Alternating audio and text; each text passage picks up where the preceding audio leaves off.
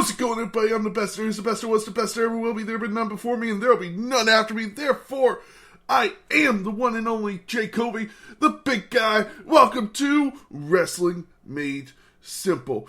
We got your news of the week this week, followed by your SmackDown and Raw reviews. And then we have a review of the horror show at Extreme Rules. This is a pay-per-view I've been really wanting to review for a while. And then we have a reading from the Book of Rules, your WWE Drink of the Week, and then the Battle Droid of the Week. But let's get into it with, unfortunately, some sad news, as Teddy Long has confirmed that his wife has passed away.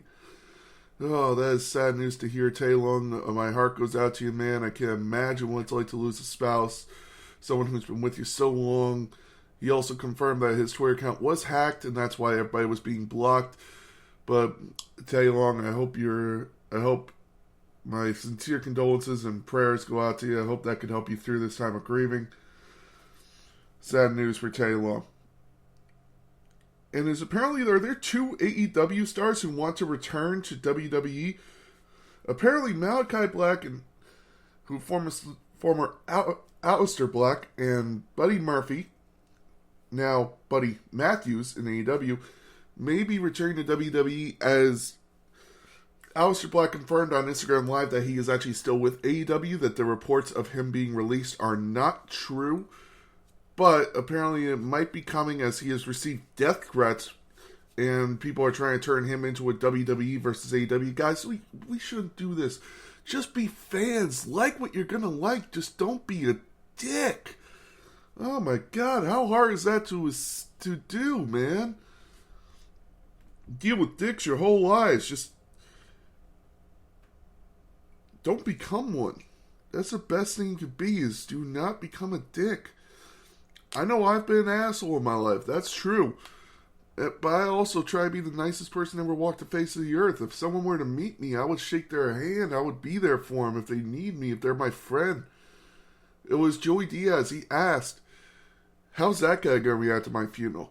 Is he going to be telling jokes and happy I died? Or is he going to be giving my daughter a doll every week and comforting her and saying, hey, I'll be there for you? I hope I'm the latter. I hope I'm the guy who's going to be there for somebody. So don't be a dick. It's that simple. Let people enjoy what they're going to enjoy. Enjoy being you. Man.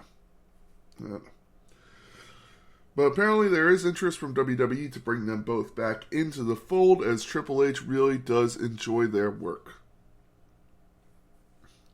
And finally, last, is Devon Dudley's sons expected to join WWE? Well, that's a talk, as for those of you who remember and watched TNA when we were doing the Devon versus Bully Ray feud that led into the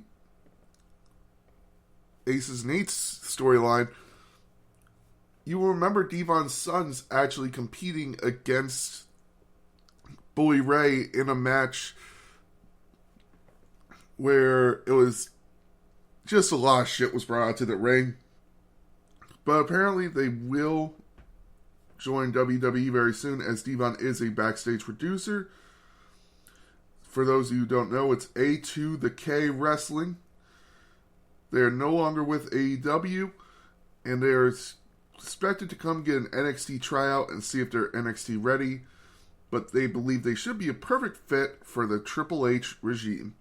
I hope it's true. I really like their work. I think they're a very good tag team, and I'm excited to see this family dynamic in WWE. And now, let's move on to SmackDown. As SmackDown kicked off with the Bloodline coming out,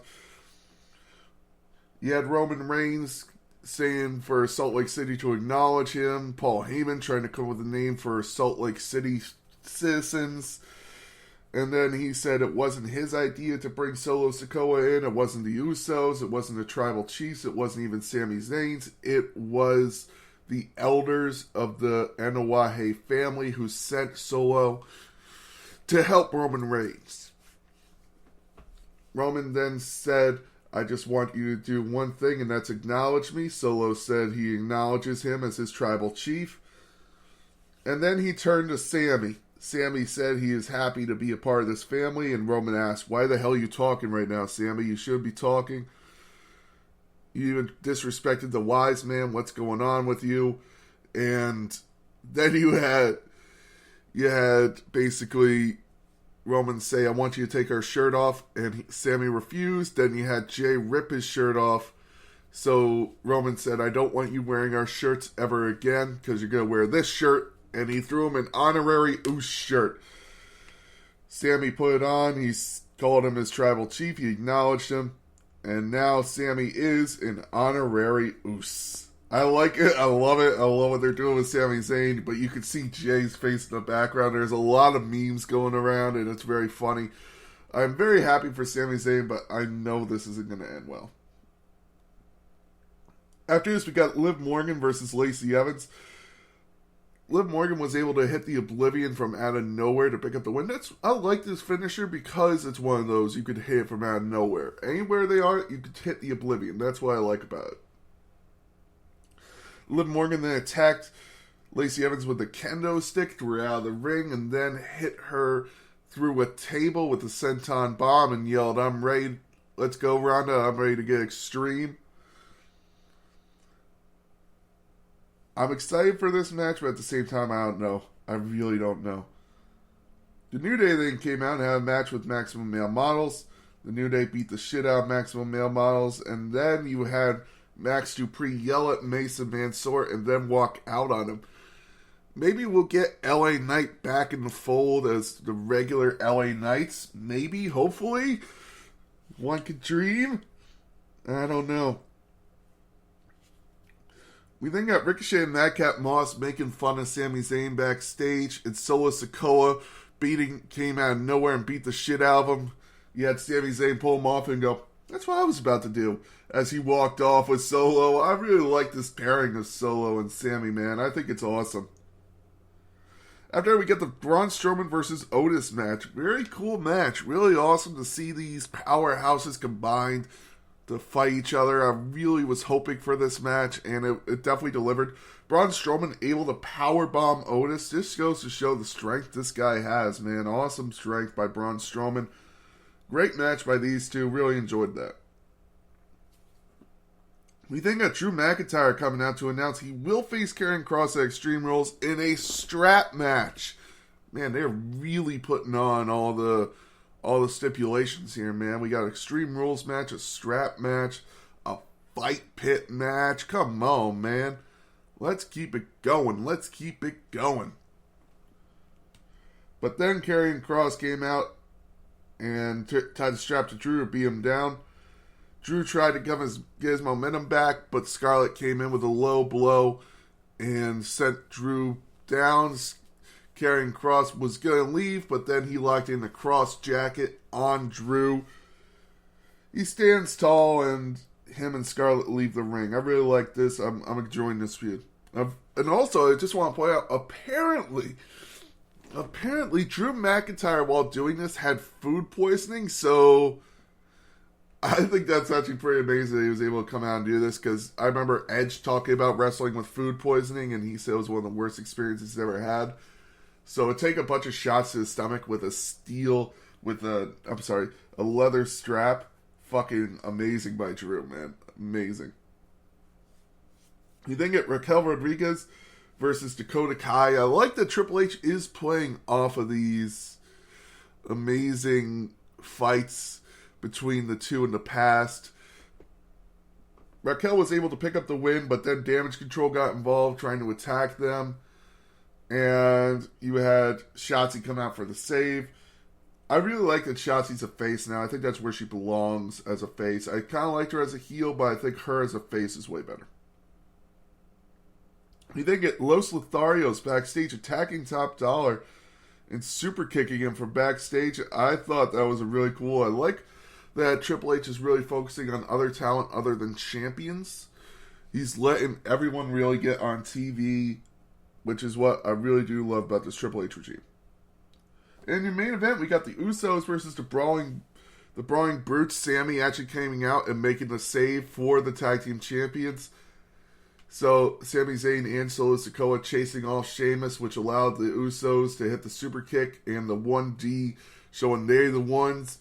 Usos retained to continue their tag team reign. They are going for the longest tag team title reigns ever, so maybe they'll do it. Maybe they'll do it. But that was SmackDown this week. Very fun, very enjoyable. I thought it felt shorter than it was, which is what a good show should feel like. You shouldn't feel like you're watching it for 4 hours. You should feel like, oh, that was the whole thing? Huh.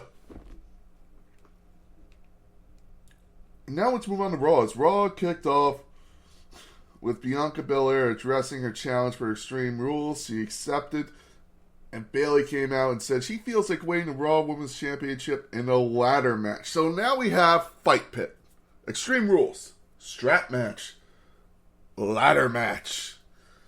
Damn, and we will get to another one at the end of this show. This Extreme Rules is shaping up, man, and I'm very excited for it.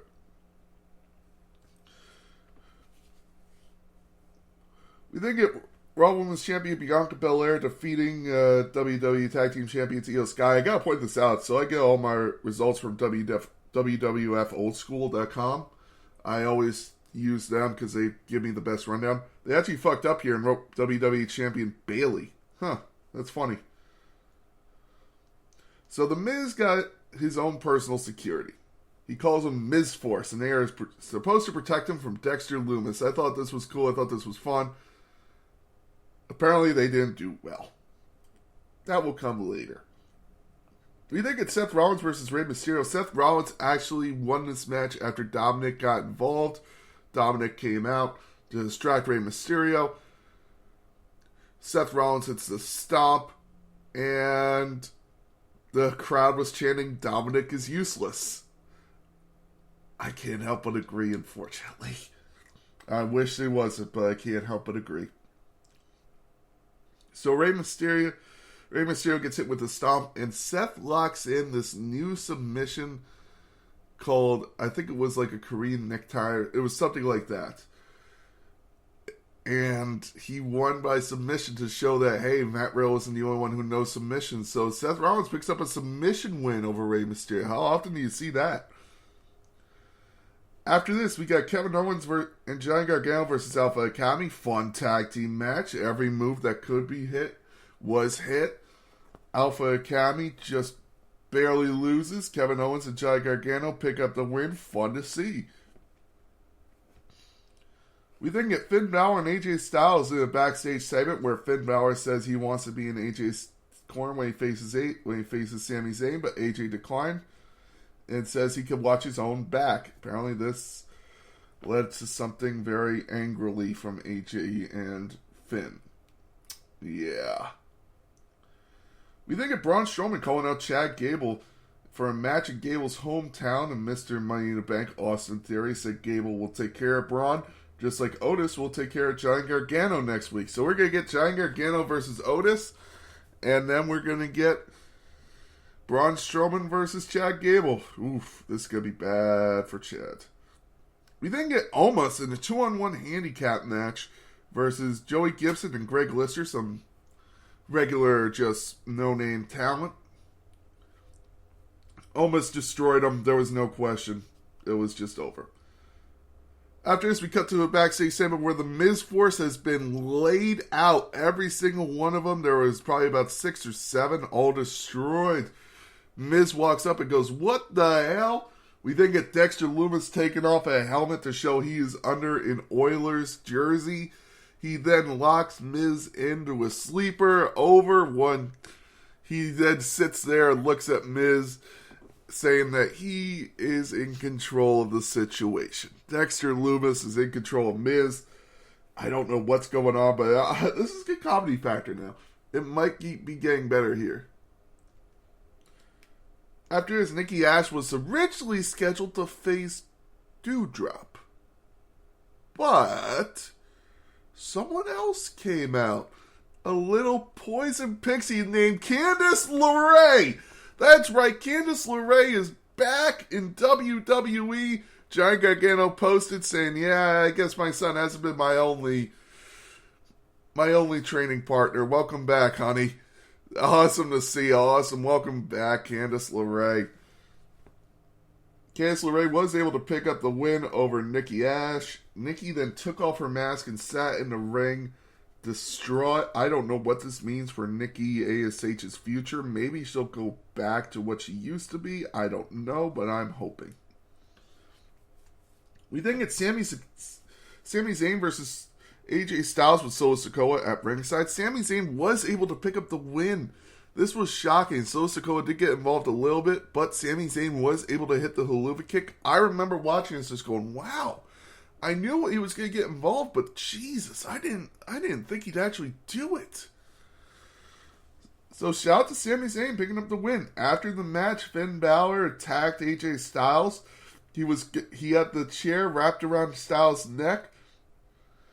And as he was about to hit it, he says he isn't going to do it as friends don't do that. I don't know what this means, but I'm excited for it.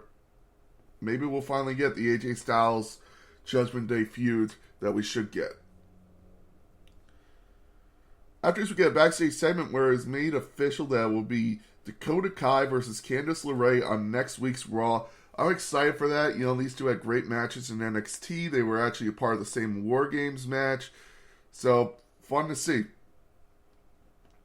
We then get DX announced that they will celebrate 25 years on the season premiere of Raw in 2 weeks. So, DX is coming back, ladies and gentlemen. I wonder if Billy Gunn will make an appearance. That'd be funny as fuck. Ugh. In your main event, we got Matt Riddle versus Damian Priest. An alright match. I don't know why this match just didn't sit well with me. I didn't find it fun. It was after the match, though, that's what happened. As Judgment Day attacked Riddle. And then, you think you know him. Edge comes back, beats the shit out of Judgment Day, hits a spear on Damian Priest, and challenges Finn Balor. He says, finally, at Extreme Rules, Edge versus Finn Balor in an I Quit match. Oh my god. So let's go over it one last time. Extreme Rules match. Fight pit. Strap match. Ladder match. I Quit match. And we're probably not even close to done. I could see a tables match being added in for the Tag Team Championships. I could see something else being added in for maybe a United States Championship match or maybe the Intercontinental Championship. I could see a lot of shit happening for this. Damn, Extreme Rules is going to be fun, isn't it? But with that being said, let's move on to a very fun Extreme Rules that I feel doesn't get enough credit because of its main event. Let's move on to the horror show at Extreme Rules, coming to you with the attendance of 0 from the WWE Performance Center in Orlando, 2020 Extreme Rules. You had Kevin Owens versus Murphy in the pre-show match. Kevin Owens still coming off of WrestleMania feud with Seth Rollins. Seth Rollins has moved on to Drew McIntyre and Rey Mysterio. Murphy, though, is his disciple and is still going at Kevin Owens. So, fun to see that. Definitely still different. Murphy having a match with Kevin Owens was fun. Kevin Owens was able to pick up the win, though, in 8 minutes. And then we go to the main show as we get the New Day defending their tag team titles, Big E and Kofi Kingston, as Xavier Woods was on the mend at this time, versus Cesaro and Shinsuke Nakamura in a tables match. Very fun match. There was a lot of, is he going through, is he not going through moments. In the end, Cesaro and Shinsuke Nakamura were able to pick up the win and would actually go on to have a lengthy tag team run with these titles for a very good while. This was a 10-minute fun match. We then move on to the SmackDown Women's Championship match as we got Bayley defending her title against Nikki Cross. This is when Nikki Cross was in a tag team with Alexa Bliss before Alexa Bliss joined The Fiend. Fun to see the Goddess still there, but definitely makes me wish for the I still love when Alexa Bliss was really in with the Fiend. Alexa, no.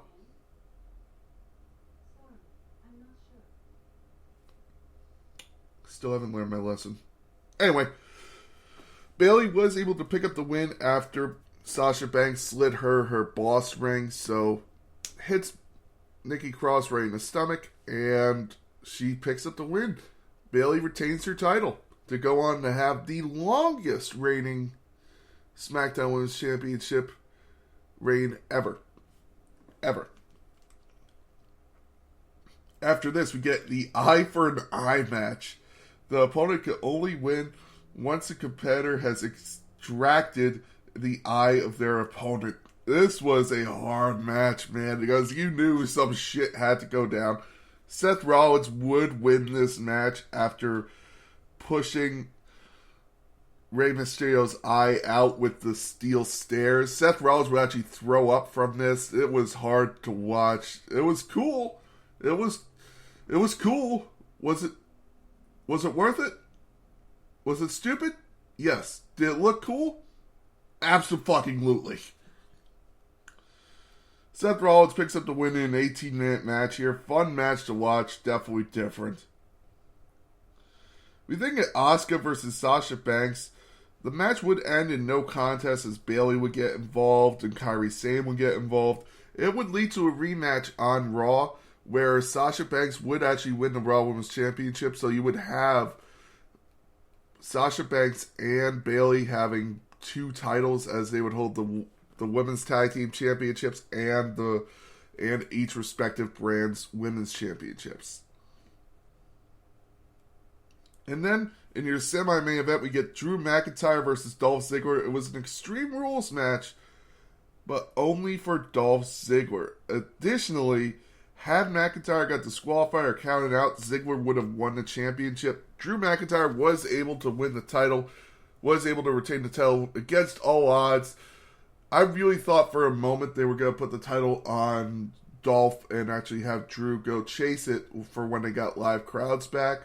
It would have been fun to see, but it was so cool for Drew McIntyre to pick up the win here against Dolph Ziggler with all the odds going against him. I remember everyone was against because they knew it was going to be Extreme Rules, but I thought this was a very smart play by WWE just to make it for Extreme Rules for Dolph Ziggler only. And then we move on. This match could have been so much better. To a Wyatt Swamp fight. Braun Strowman versus Bray Wyatt. This was so cool the second you had the original Bray Wyatt show back up of the cult leader Bray Wyatt and him just saying, "What's wrong, brother? You look like you've seen a ghost." I thought that was amazing, and they fucked it up so badly. It was just like, this was the worst cinematic match of the year, no question. And it really brought down a good pay-per-view. This pay-per-view could have been so much more amazing if it wasn't for this match. They didn't need it. It turned Braun heel, and he would go on a very bad run. He would lose the title to Roman Reigns, and then he would have a match with Shane McMahon at WrestleMania, and then he would get cut from WWE. And this was the downward spiral for Braun Strowman. This is what started. So it sucks to see this. Again, it really brought the show down. It's a B minus C plus. If it wasn't for that match, it would be an A. This was a very fun show, but damn that swamp fight. Damn that swamp fight to hell. Anyway, let's move on to your drink of the week. As I want to do a drink, I saw it's trending on Twitter. It's a fun drink. I've seen this many a time. The Blue Jellyfish shot. It's definitely one of the craziest shots out there. It really is. The Blue Jellyfish is 2 ounce vodka, 1 ounce Blue Curacao, and 1 ounce Sambuca. You add the Blue Curacao to the base before layering the vodka on top. Top with a layer of Sambuca as well. And then you add a splash of half and half to create a jellyfish. a jellyfish in the drink. It looks very cool. It's amazing. It tastes good. It's a very cool shot, but make sure to drink responsibly. Do not drink and drive. Do not drink if you are under 21, and do not overconsume on alcohol. And that is your drink of the week. And now we're reading from the Book of Rules. Keeping with the extreme, flannels is not fireproof, not thumbtack proof, and definitely not resistant to barbed wire. But it's fashionable in the ring and in the boardroom. Not required for lumberjack matches. A word from Mick Foley, and a word from the Book of Rules. Now, ladies and gentlemen, it is time for everybody's favorite segment, the Battle Droid of the Week. Unfortunately, I hate to give it to him, but he's kind of ended up deserving it. He's had 2 different chances as a face and heel, and really has done nothing with it, except for a tag team championship run. I feel he could have been so much better. And I really hope he gets there, man. But Dominic Mysterio, he has done nothing, and the crowd is really against him as a face, as a heel. They really feel he has nothing to bring to the table, and I can't disagree. Dominic has really done nothing. And it sucks. It really does. From a hot start he had going against Seth Rollins at SummerSlam to this, I don't know, man. I really don't know. So for that reason, Dominic Mysterio, you are the Battle Droid of the Week. Sorry to give it to you, and congratulations on another championship to add to your family's historic legacy. Uh-oh. Ladies and gentlemen, thank you very much for listening. I'm trying to keep these podcasts more short and just let you guys enjoy wrestling more than just my opinions. But let me know your opinions on the short podcast. Let me know what you think of wrestling this week and what you think wrestling next week will be. Thank you very much for listening. I've been the Big Guy. This has been Wrestling Made Simple. Have a great week.